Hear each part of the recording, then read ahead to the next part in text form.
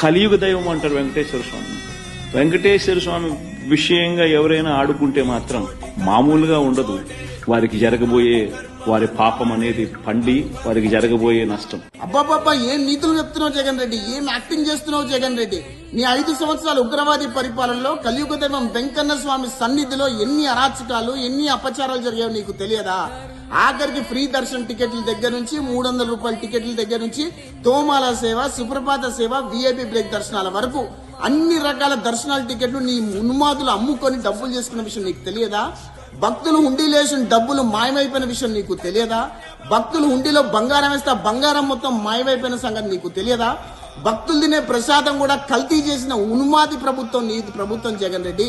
నువ్వు ఈ రోజు వచ్చి యాక్టింగ్ చేస్తూ నీతులు చెప్పే ప్రయత్నం చేస్తే ప్రజలు ఎవరు నమ్మి మోసపోయే పరిస్థితిలో లేనే లేరు.